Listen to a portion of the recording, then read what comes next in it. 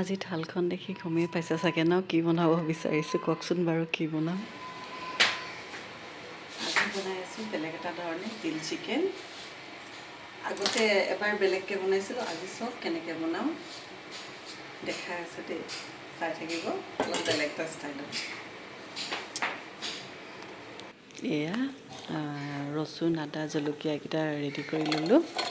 এই মাংস যেনেকৈ যি লাগে আৰু সেয়াই আৰু বাকী তিলকেইটা মই আজি মানে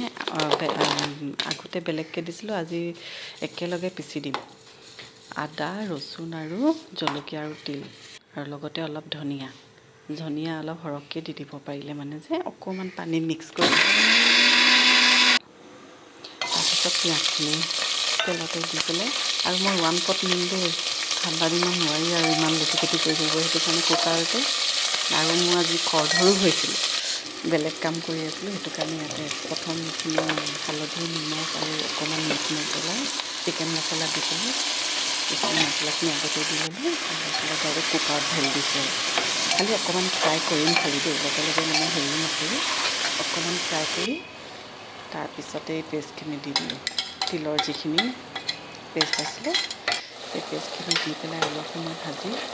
তাৰপিছতে তাৰপৰা যিখিনি পানী ওলাই সেই পানীখিনি ভাজি লাষ্টত মই অকণমান গ্ৰেভি থ'ম মানে সেইটো কাৰণে অলপ কম পানী দিছোঁ দি এটা হুইচেল আহিলে হৈ যাব আৰু ৰেডি আমাৰ তিল চিকেন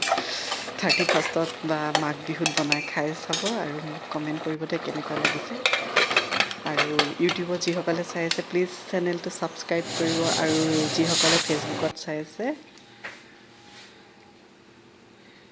এয়া আপোনালোকৰ ৰেডি হ'ল চকনাক ইমান ধুনীয়া গোন্ধাইছে